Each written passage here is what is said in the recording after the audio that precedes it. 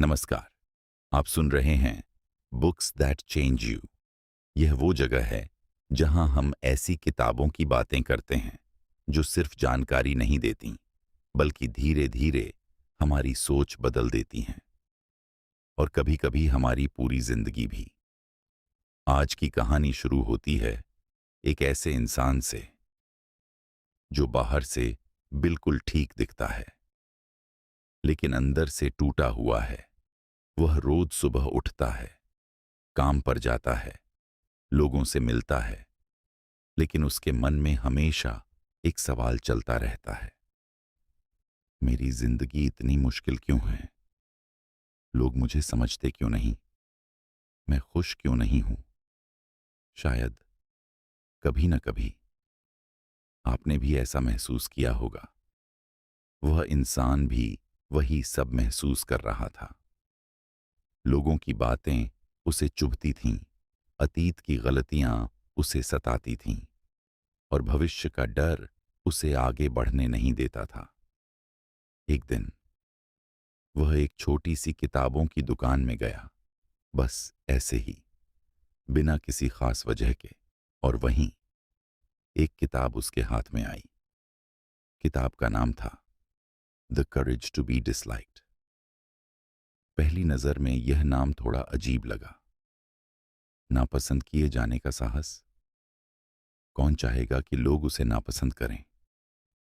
लेकिन जैसे ही उसने किताब के पहले कुछ पन्ने पढ़े, उसे लगा जैसे कोई उसके दिल की बातें समझ रहा है।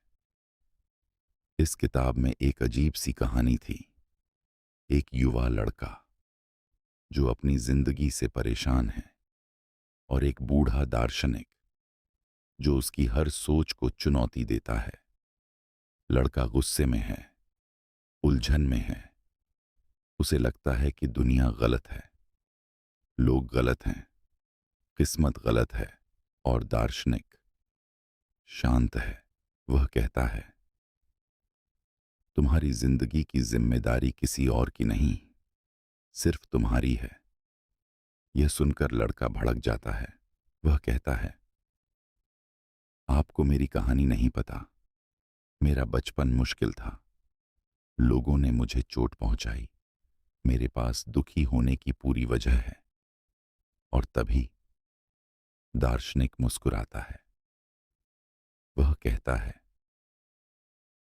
अगर मैं कहूं कि तुम्हारा अतीत तुम्हारी जिंदगी तय नहीं करता, तो यहां से शुरू होती है एक ऐसी बातचीत जो सिर्फ उस लड़के की नहीं, बल्कि शायद हमारी भी कहानी है। इस किताब के लेखक इचिरो किशिमी और फुमिताके कोगा हैं।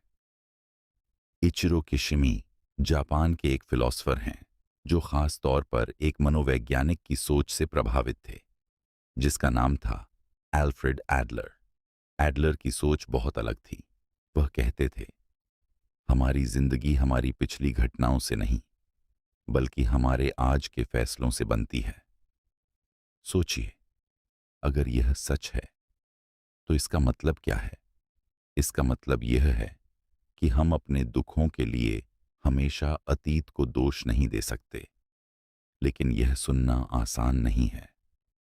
जब दार्शनिक यह बात उस लड़के से कहता है, तो वह तुरंत विरोध करता है। वह कहता है, अगर किसी इंसान का बचपन दुख में बीता हो, अगर उसे लोगों ने धोखा दिया हो, अगर वह हमेशा असफल रहा हो, तो क्या वह खुश रह सकता है? दार्शनिक शांत आवाज में कहता है, हाँ। लड़का चौंक जाता है। कैसे? दार्शनिक एक छोटी सी कहानी सुनाता है। वह कहता है, मान लो दो लोग हैं, दोनों का बचपन गरीब परिवार में बीता, दोनों ने मुश्किलें देखीं, लेकिन बड़ा होकर एक इंसान मेहनत करता है, सीखता है, और अपनी जिंदगी बदल देता है। दूसरा इंसान हर जगह कहता रहता है, मैं क्या करूं, मेरा बचपन ही खराब था। अब सोचो, क्या दोनों की कहानी एक जैसी थी? हाँ, लेकिन उनकी सोच अलग थी। दार्शनिक कहता है, हम अक्सर अपने अतीत को बहाना बना लेते हैं। हम कहते हैं, मैं गुस्सैल हूं क्योंकि मेरे पिता गुस्सैल थे। मैं डरपोक हूं क्योंकि मेरे साथ बचपन में बुरा हुआ। लेकिन एडलर की सोच कुछ और कहती है। वह कहते हैं, हम अपने व्यवहार को खुद चुनते हैं। यह सुनकर लड़का और गुस्सा हो जाता है। वह कहता है, तो क्या आप कह रहे हैं कि मैं खुद दुखी होना चुनता हूं? दार्शनिक कहता है, कभी कभी हाँ। यह बात चुभती है, क्योंकि अगर यह सच है तो हमें अपने दुखों की जिम्मेदारी भी खुद लेनी पड़ेगी। लेकिन दार्शनिक समझाता है। वह कहता है, हमारा मन अक्सर एक मकसद से काम करता है। उदाहरण के लिए, एक बच्चा स्कूल जाने से डरता है। वह कहता है, मुझे पेट दर्द है। असल में उसे पेट दर्द नहीं है, लेकिन उसका मन एक रास्ता ढूंढ रहा है स्कूल से बचने का। अब सोचिए, क्या कभी ऐसा आपके साथ हुआ है? कभी आपने खुद को रोका है किसी नए मौके से क्योंकि अंदर डर था? कभी आपने कहा है, मैं यह काम नहीं कर सकता, लेकिन असली वजह थी, अगर मैं कोशिश करूं और असफल हो जाऊं तो?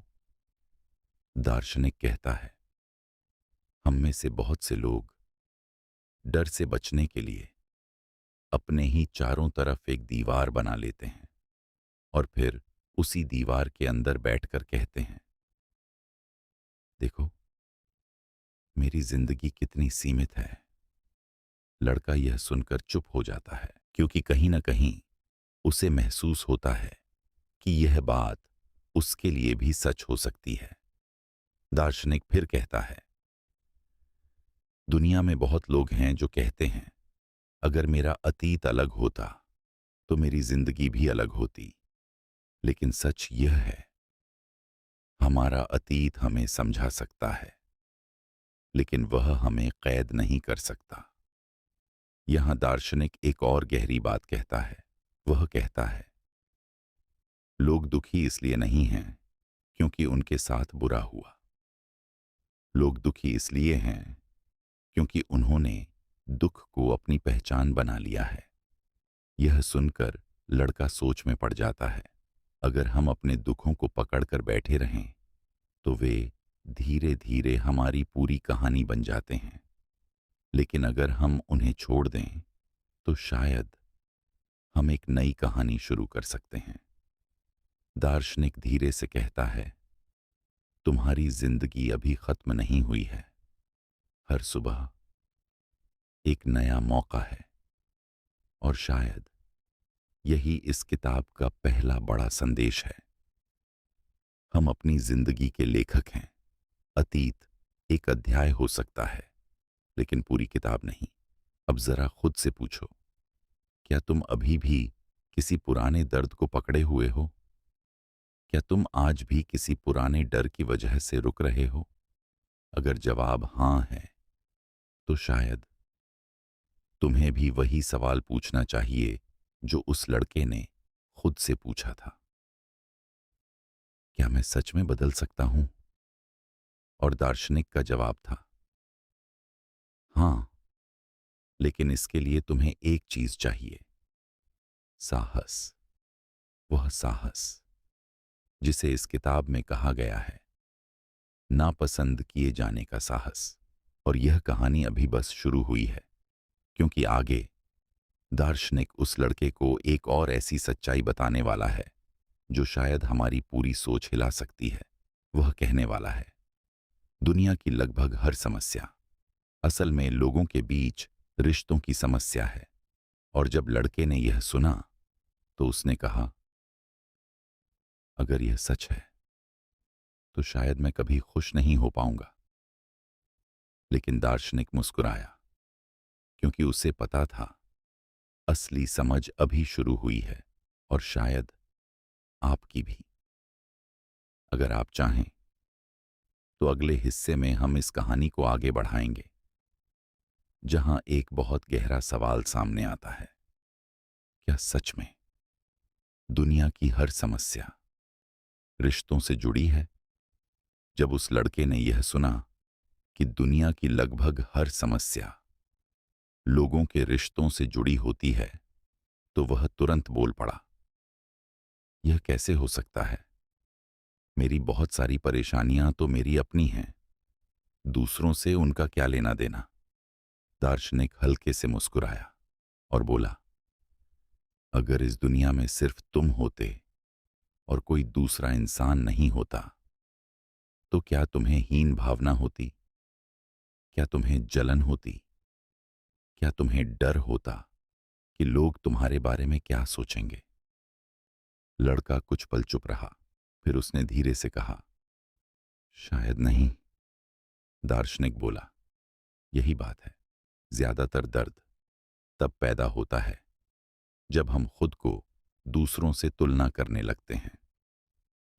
जरा सोचकर देखो, एक बच्चा स्कूल में ठीक ठाक खुश रहता है, लेकिन जैसे ही रिजल्ट आता है और वह देखता है कि उसके दोस्त के नंबर उससे ज्यादा हैं, अचानक उसका मन भारी हो जाता है। नंबर वही हैं, लेकिन दर्द नया है। क्यों? क्योंकि तुलना शुरू हो गई।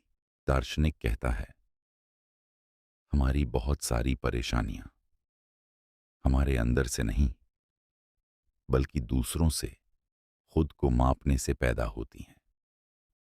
आज की दुनिया में यह और ज्यादा बढ़ गया है। सोशल मीडिया खोलो, किसी की नई कार, किसी की शानदार छुट्टियां, किसी की बड़ी सफलता, और अचानक हमें लगता है, मेरी जिंदगी तो बहुत पीछे रह गई है। लेकिन सच क्या है? सच यह है कि तुलना एक ऐसी दौड़ है जिसका कोई अंत नहीं है।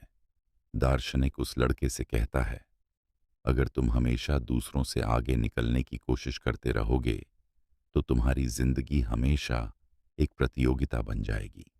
और जब जिंदगी प्रतियोगिता बन जाती है, तो खुशी गायब हो जाती है। लड़का थोड़ा सोच में पड़ जाता है। वह कहता है, लेकिन अगर हम प्रतिस्पर्धा नहीं करेंगे, तो हम आगे कैसे बढ़ेंगे? दार्शनिक जवाब देता है, आगे बढ़ना और दूसरों से जीतना दो अलग चीजें हैं। वह एक उदाहरण देता है। मान लो, दो पहाड़ चढ़ने वाले लोग हैं। पहला आदमी पहाड़ इसलिए चढ़ रहा है क्योंकि उसे ऊंचाई पसंद है, उसे खुद को चुनौती देना अच्छा लगता है। दूसरा आदमी पहाड़ इसलिए चढ़ रहा है क्योंकि वह चाहता है कि लोग उसे देखें और कहें, वाह, तुम सबसे आगे हो।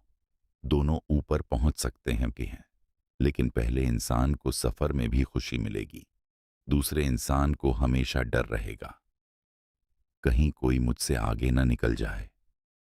दार्शनिक कहता है, जब हम जिंदगी को प्रतियोगिता बना देते हैं, तो हम कभी संतुष्ट नहीं हो पाते। लड़का धीरे धीरे समझने लगता है, लेकिन उसके मन में अभी भी एक सवाल है। वह कहता है, ठीक है, तुलना गलत हो सकती है, लेकिन लोग मुझे जज करते हैं, मेरी आलोचना करते हैं। मैं उसे कैसे नजरअंदाज करूं? दार्शनिक ने एक गहरी बात कही। वह बोला, सबसे बड़ा बोझ क्या है पता है? लोगों की उम्मीदों के अनुसार जीना। हम में से बहुत लोग अपनी जिंदगी अपने लिए नहीं जीते। हम पढ़ाई इसलिए करते हैं क्योंकि समाज यही चाहता है। हम नौकरी इसलिए चुनते हैं क्योंकि परिवार यही चाहता है। हम फैसले इसलिए लेते हैं क्योंकि हमें डर होता है कि लोग क्या कहेंगे, और धीरे धीरे हम अपनी असली पहचान भूल जाते हैं। दार्शनिक लड़के से पूछता है, तुम्हारी जिंदगी किसकी है? लड़का तुरंत कहता है, मेरी। दार्शनिक फिर पूछता है, ममता है? तो फिर तुम्हें दूसरों की उम्मीदों के हिसाब से क्यों जीना चाहिए? यह सवाल सुनकर लड़का चुप हो जाता है, क्योंकि सच यही है, हम सब कहीं ना कहीं दूसरों की नजरों में अच्छे बनने की कोशिश करते रहते हैं, लेकिन इस कोशिश की कीमत बहुत बड़ी होती है। हम अपनी आजादी खो देते हैं। दार्शनिक कहता है, खुश रहने के लिए एक बहुत बड़ा साहस चाहिए। लड़का पूछता है, कौन सा साहस? दार्शनिक जवाब देता है, नापसंद किए जाने का साहस। इसका मतलब क्या है? इसका मतलब यह नहीं कि हम लोगों से बुरा व्यवहार करें या दूसरों की भावनाओं की परवाह न करें। इसका मतलब है हम अपनी जिंदगी के फैसले खुद लें। कुछ लोग हमें पसंद करेंगे, कुछ लोग नहीं करेंगे, और यह बिल्कुल सामान्य है। दार्शनिक एक छोटा सा उदाहरण देता है। मान लो तुम सड़क पर चल रहे हो और 10 लोग तुम्हें देखते हैं। हो सकता है 4 लोगों को तुम अच्छे लगो, 3 लोगों को तुम बिल्कुल पसंद ना आओ, बाकी 3 लोग तुम्हें नोटिस भी न करें। क्या तुम सबको खुश कर सकते हो? नहीं। तो फिर कोशिश क्यों? लड़का धीरे से हंस देता है। उसे पहली बार लग रहा है कि शायद वह इतने सालों से बेकार का बोझ उठा रहा था।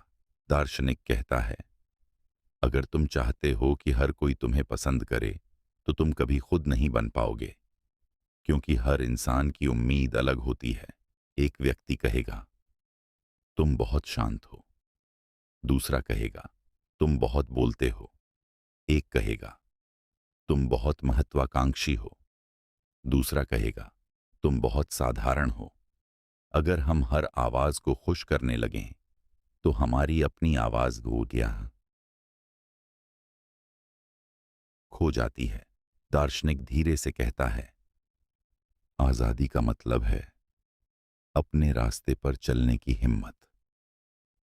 और यह रास्ता आसान नहीं होता, क्योंकि जब आप खुद के फैसले लेते हो, तो कुछ लोग आपको गलत समझेंगे, कुछ लोग आपको छोड़ भी सकते हैं। लेकिन यही वह पल होता है जहां असली जिंदगी शुरू होती है। लड़का अब पहले जैसा गुस्से में नहीं है। अब वह ध्यान से सुन रहा है। उसके मन में एक नई सोच जन्म ले रही है। शायद खुश रहने का मतलब सबको खुश करना नहीं है। शायद खुश रहने का मतलब है अपने दिल की आवाज सुनना। लेकिन तभी उसके मन में एक और बड़ा सवाल आता है। वह दार्शनिक से पूछता है, अगर मैं लोगों की राय से इतना प्रभावित नहीं होना चाहता, तो मुझे एक चीज समझनी होगी, रिश्तों में सीमाएं कैसे तय की जाएं। क्योंकि कई बार लोग हमारी जिंदगी में दखल देते हैं। वे बताते हैं कि हमें क्या करना चाहिए, कैसे जीना चाहिए, कैसे सोचना चाहिए। तब क्या करें? दार्शनिक ने कहा, इस सवाल का जवाब समझने के लिए तुम्हें एक बहुत महत्वपूर्ण विचार समझना होगा।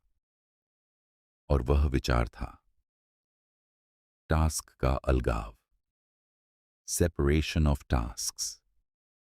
यह एक ऐसी सोच है जो हमारी जिंदगी के बहुत सारे संघर्ष खत्म कर सकती है। लेकिन जब दार्शनिक ने यह समझाना शुरू किया, तो लड़का हैरान रह गया, क्योंकि उसने महसूस किया कि वह अब तक अपनी जिंदगी में दूसरों के काम भी खुद ही उठाए घूम रहा था। और शायद हम भी। इस कहानी का अगला हिस्सा यही समझाने वाला है कि किस काम की जिम्मेदारी आपकी है और किस काम की नहीं। और जब यह फर्क साफ हो जाता है, तो जिंदगी अचानक बहुत हल्की लगने लगती है। लड़का अब पहले से शांत था, लेकिन उसके मन में अभी भी बहुत सवाल थे। उसने दार्शनिक की तरफ देखा और कहा, अगर लोगों की राय से ज्यादा प्रभावित नहीं होना है, तो रिश्तों में सीमा कैसे तय करें? क्योंकि कई बार लोग हमारी जिंदगी में इतना दखल देते हैं कि हमें समझ ही नहीं आता क्या सही है। दार्शनिक ने सिर हिलाया, जैसे उसे यह सवाल पहले से पता था। वह धीरे से बोला, इसके लिए तुम्हें एक बहुत जरूरी चीज समझनी होगी। इसे कहते हैं सेपरेशन ऑफ टास्क्स, यानी कामों का अलगाव। लड़का थोड़ा उलझ गया। कामों का अलगाव, इसका क्या मतलब? दार्शनिक ने एक बहुत साधारण उदाहरण दिया। उसने कहा, मान लो एक छात्र पढ़ाई करता है। अब सवाल यह है, पढ़ना किसका काम है? लड़के ने तुरंत कहा, छात्र का। दार्शनिक मुस्कुराया। सही, लेकिन अगर वह छात्र पढ़ाई नहीं करता और फेल हो जाता है तो दुख किसे होगा? लड़का बोला, उसे ही। तो पढ़ाई करना किसका काम हुआ? लड़का बोला, छात्र का। दार्शनिक ने सिर हिलाया। अब सोचो, बहुत सारे माता पिता अपने बच्चों की पढ़ाई को लेकर इतना तनाव लेते हैं जैसे वह उनका काम हो। वे गुस्सा करते हैं, डांटते हैं, दबाव डालते हैं, लेकिन सच क्या है? पढ़ाई करना बच्चे का काम है, न कि माता पिता का। यह सुनकर लड़का थोड़ा हैरान हुआ। दार्शनिक ने आगे कहा, जिंदगी में बहुत सारी समस्याएं इसलिए पैदा होती हैं क्योंकि हम दूसरों के काम में दखल देते हैं या दूसरों को अपने काम में दखल देने देते हैं। लड़का धीरे धीरे समझने लगा।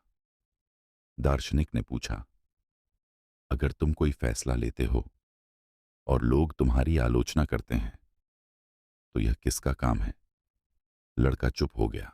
दार्शनिक खुद ही बोला, तुम्हारा काम है अपना फैसला लेना, लेकिन लोग उस फैसले के बारे में क्या सोचते हैं वह उनका काम है। यह बात सुनकर लड़का कुछ पल तक कुछ नहीं बोला, क्योंकि अचानक उसे महसूस हुआ कि वह सालों से दूसरों के काम का बोझ उठा रहा था। वह हमेशा सोचता रहता था, लोग मेरे बारे में क्या सोचेंगे? अगर मैं असफल हुआ तो लोग क्या कहेंगे? लेकिन अगर सच में देखें तो लोगों का सोचना उनका काम है, हमारा नहीं। दार्शनिक ने कहा, अगर तुम हर किसी की राय को नियंत्रित करना चाहोगे तो तुम कभी आजाद नहीं हो पाओगे। जरा सोचो, अगर कोई तुम्हें पसंद नहीं करता, क्या तुम उसके मन को बदल सकते हो? नहीं। अगर कोई तुम्हारी आलोचना करता है, क्या तुम उसे रोक सकते हो? शायद नहीं। लेकिन हम फिर भी कोशिश करते रहते हैं। हम चाहते हैं कि हर कोई हमें पसंद करे, हमारे बारे में अच्छा सोचे, और इसी कोशिश में हम अपनी असली जिंदगी जीना भूल जाते हैं। दार्शनिक ने एक बहुत दिलचस्प उदाहरण दिया। उसने कहा, मान लो तुम सड़क पर चल रहे हो और तुम चाहते हो कि रास्ते में मिलने वाला हर इंसान तुम्हें मुस्कुरा कर देखे। क्या यह संभव है? नहीं। लेकिन अगर तुम इस उम्मीद में चलोगे तो हर वह चेहरा जो मुस्कुराएगा नहीं, तुम्हें दुख देगा। लड़का अब गहराई से सोच रहा था। उसे समझ आ रहा था कि वह हमेशा दूसरों की प्रतिक्रिया को नियंत्रित करना चाहता था, लेकिन वह एक ऐसी चीज है जो उसके नियंत्रण में ही नहीं है। दार्शनिक ने धीरे से कहा, जब तुम यह समझ जाते हो कि कौन सा काम तुम्हारा है और कौन सा नहीं, तब जिंदगी अचानक बहुत हल्की लगने लगती है, क्योंकि तब तुम दूसरों की जिम्मेदारियां उठाना बंद कर देते हो। लड़का बोला, लेकिन अगर हम लोगों के काम से खुद को अलग कर लें तो क्या हम स्वार्थी नहीं बन जाएंगे? दार्शनिक हल्के से हंसा। नहीं, असल में यह स्वार्थ नहीं, बल्कि स्वस्थ सीमा है। उसने कहा, जब तुम दूसरों के काम में दखल नहीं देते और उन्हें अपने फैसले लेने देते हो, तब तुम उनका सम्मान कर रहे होते हो, और जब तुम खुद के फैसले खुद लेते हो तो तुम खुद का सम्मान कर रहे होते हो। लड़के के चेहरे पर अब पहले जैसी बेचैनी नहीं थी, लेकिन एक और डर उसके मन में आया। उसने पूछा, अगर मैं अपनी जिंदगी अपने तरीके से जीने लगूं तो बहुत से लोग मुझे नापसंद करने लगेंगे। दार्शनिक ने शांत आवाज में कहा, हो सकता है। लड़का चौंक गया। तो फिर मैं अकेला नहीं पड़ जाऊंगा? दार्शनिक ने कहा, सच्चाई यह है, जो लोग सिर्फ इसलिए तुम्हारे साथ हैं क्योंकि तुम उनकी उम्मीदों के हिसाब से जीते हो, वे वैसे भी तुम्हारे असली दोस्त नहीं हैं। यह बात सुनकर लड़का चुप हो गया, क्योंकि शायद उसने अपनी जिंदगी में भी ऐसा महसूस किया था। कई बार हम रिश्ते इसलिए बनाए रखते हैं क्योंकि हमें डर होता है कि अगर हमने अपनी सच्चाई दिखा दी तो लोग हमें छोड़ देंगे। लेकिन दार्शनिक ने कहा, जब तुम अपने असली रूप में जीते हो तो कुछ लोग दूर चले जाते हैं, लेकिन जो लोग रुकते हैं वे सच में तुम्हें समझते हैं, और वही रिश्ते असली होते हैं। अब लड़का थोड़ा हल्का महसूस कर रहा था। उसे पहली बार लग रहा था कि शायद जिंदगी उतनी भारी नहीं है जितनी उसने बना ली थी। लेकिन दार्शनिक ने कहा, अभी एक और बहुत बड़ी बात बाकी है। लड़का उत्सुक हो गया। क्या? दार्शनिक बोला, तुम खुश तभी हो सकते हो जब तुम्हें लगे कि तुम इस दुनिया के लिए उपयोगी हो। लड़का थोड़ा उलझ गया। उपयोगी? दार्शनिक ने कहा, हाँ, कंट्रीब्यूशन, यानी दूसरों के जीवन में योगदान देना। और जब लड़के ने यह सुना तो उसके मन में एक नया सवाल पैदा हुआ। अगर हमें दूसरों की राय की चिंता नहीं करनी चाहिए तो फिर दूसरों के लिए योगदान क्यों देना चाहिए? यह सवाल बहुत गहरा था, क्योंकि यहां से इस किताब की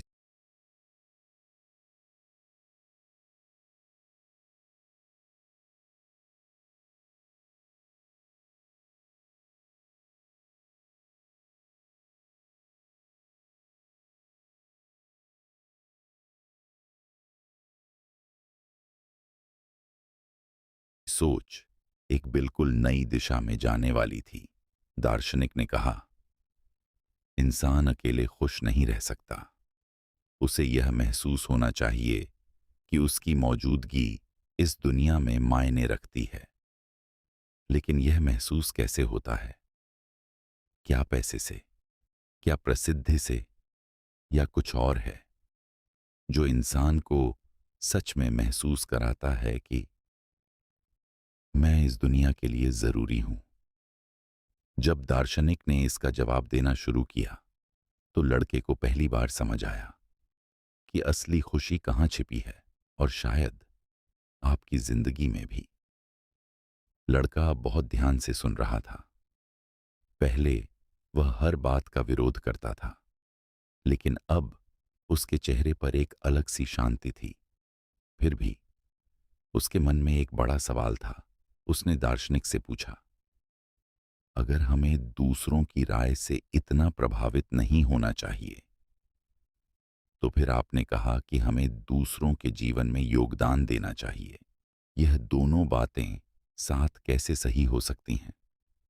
दार्शनिक ने गहरी सांस ली और धीरे से कहा, यह समझने के लिए तुम्हें इंसान की एक बहुत गहरी जरूरत को समझना होगा।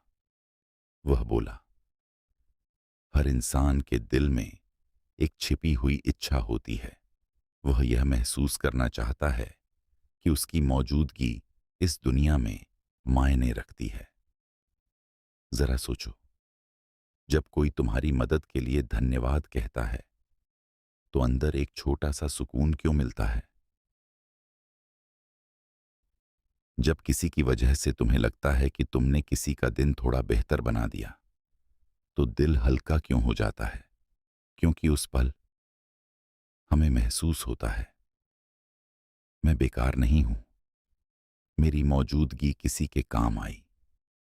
दार्शनिक कहता है, इंसान की असली खुशी यहीं से शुरू होती है, लेकिन बहुत लोग इस भावना को गलत तरीके से ढूंढते हैं।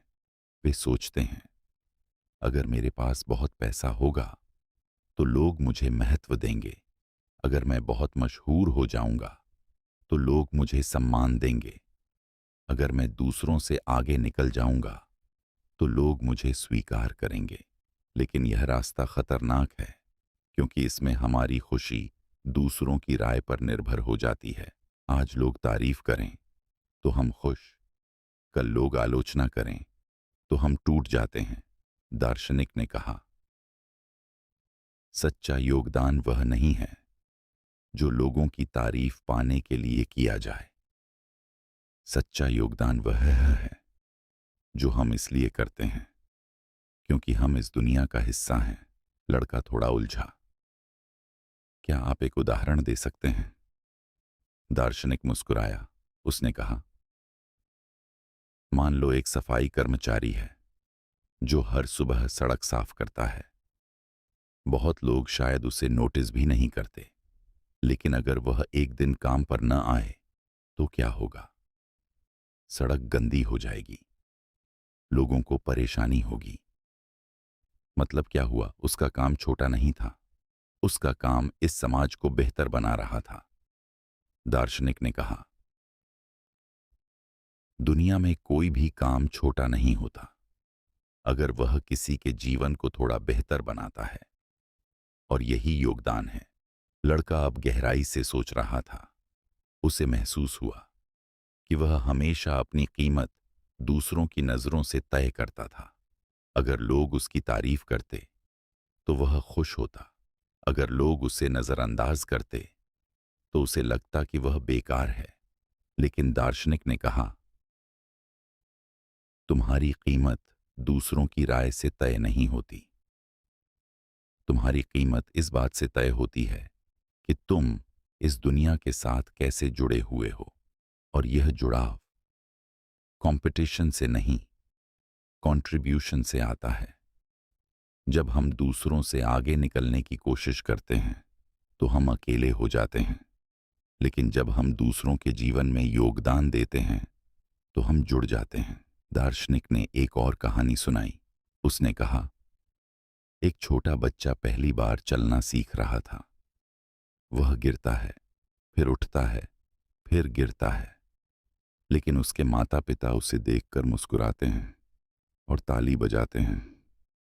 क्यों? क्योंकि उन्हें पता है वह कोशिश कर रहा है और वही कोशिश उसकी कीमत है। दार्शनिक ने कहा, इंसान को परफेक्ट होने की जरूरत नहीं है, उसे सिर्फ कोशिश करते रहना है। लेकिन लड़के के मन में अभी भी एक डर था।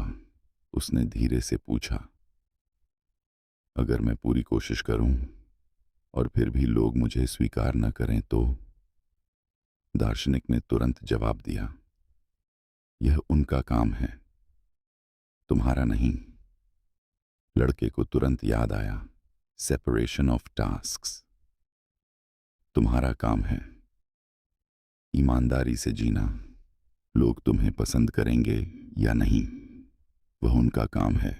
और अगर हम सच में यह समझ लें तो जिंदगी अचानक बहुत हल्की हो जाती है। दार्शनिक ने एक और गहरी बात कही। वह बोला, जिंदगी कोई सीधी लाइन नहीं है जहां हमें हमेशा आगे बढ़ते रहना है। जिंदगी एक नृत्य की तरह है। जब आप नाचते हो तो आप यह नहीं सोचते कि जल्दी खत्म करना है, आप उस पल का आनंद लेते हो। जिंदगी भी ऐसी ही है। बहुत लोग हमेशा भविष्य के पीछे भागते रहते हैं। जब मुझे यह मिल जाएगा तब मैं खुश होऊंगा, जब मैं सफल हो जाऊंगा तब मैं संतुष्ट होऊंगा।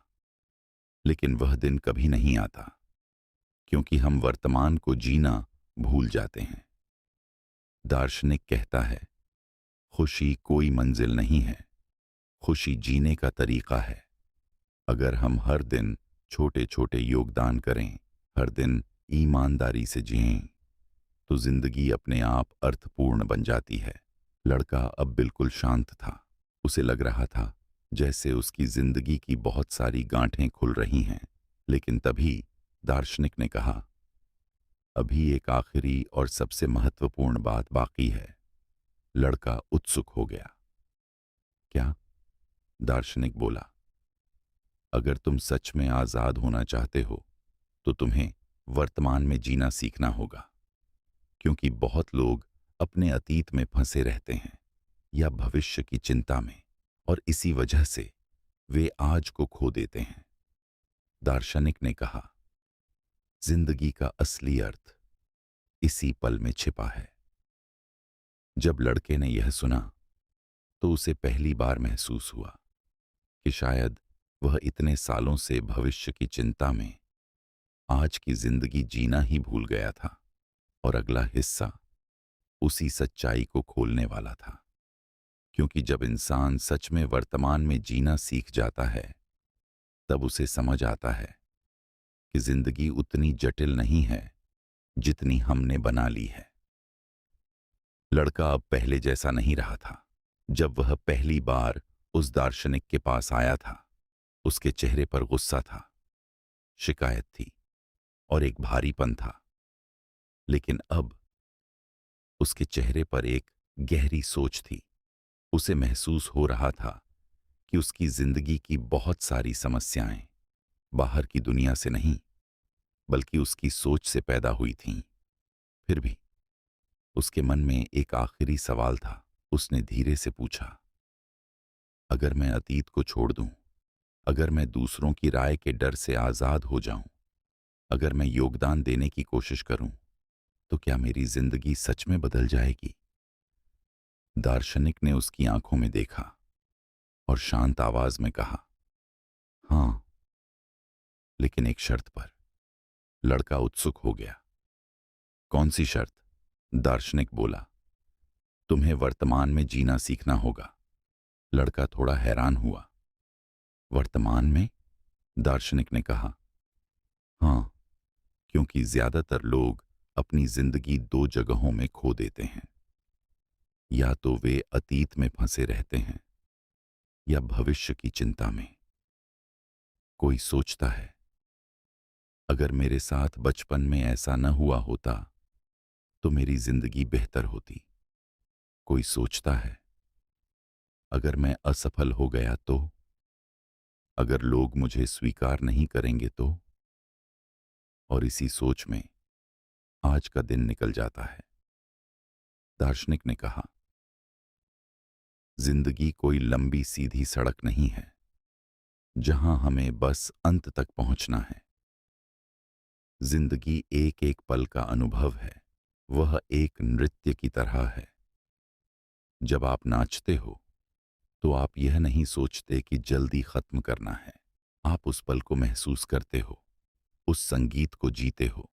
जिंदगी भी ऐसी ही है। अगर हम हमेशा मंजिल के बारे में सोचते रहेंगे तो हम सफर का आनंद खो देंगे। लड़का चुपचाप सुन रहा था।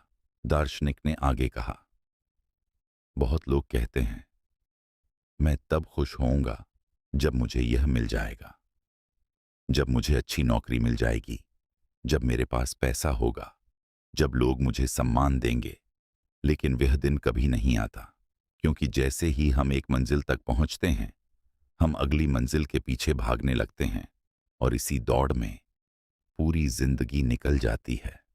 दार्शनिक ने कहा, खुशी कोई भविष्य की घटना नहीं है। खुशी एक वर्तमान का अनुभव है। अगर तुम अभी इस पल को पूरी तरह जी सकते हो तो तुम खुश हो सकते हो। लड़के ने धीरे से पूछा, लेकिन क्या इतना आसान है? दार्शनिक मुस्कुराया, आसान नहीं, लेकिन संभव है।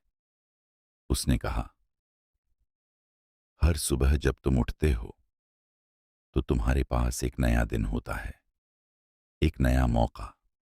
आज तुम किसी की मदद कर सकते हो। आज तुम ईमानदारी से काम कर सकते हो।